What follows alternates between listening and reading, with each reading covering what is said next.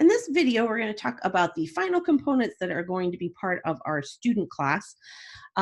These are going to be methods that allow us to gain access to the data fields that are part of our class, and they allow us to get the access from outside the class. So for example, if we were writing code in like our main method, they would allow us an access point to the data fields in the class. And the kind of big picture format for these special methods is the word public and then give a return type. That's whatever kind of data type you're trying to return. Then the method name is usually get, and then the name of the data field that you're going to return the value for. And then finally, the body for the method is always just a one-liner return and then the data field name. So we're going to add these special getter methods to our student class. Because our student class has 4 different data fields, we're going to write 4 different getter methods.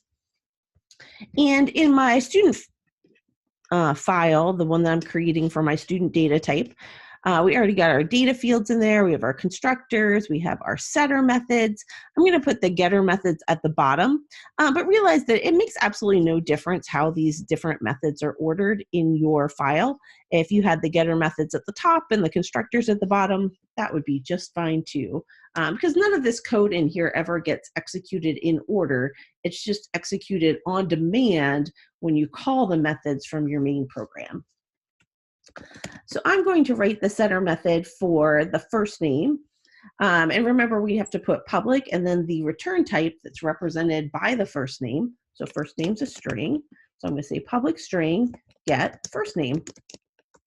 And the getter methods always have no parameters. You don't need any information from outside the class to return the value of the data member.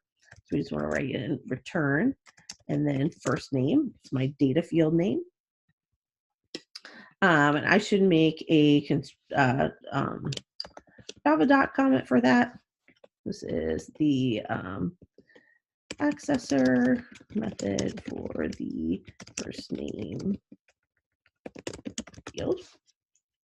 And I'm returning the first name.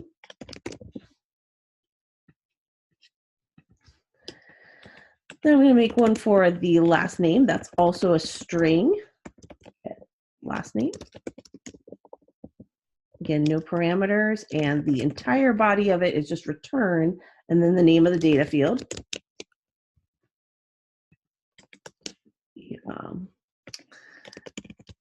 Comment in there as well.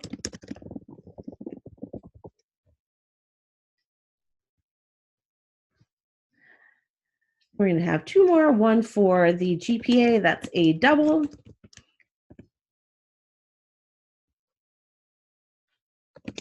And we're going to return GPA.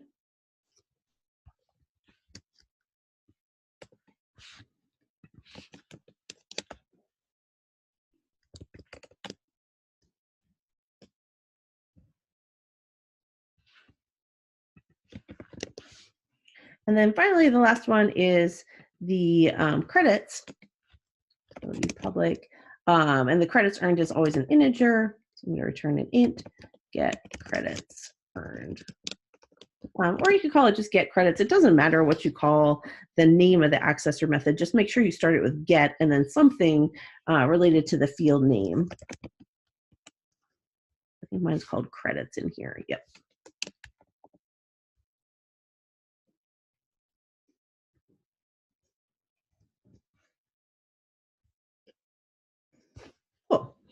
So I've written my 4 accessor methods. Those allow me to get access to the data field values from outside my class.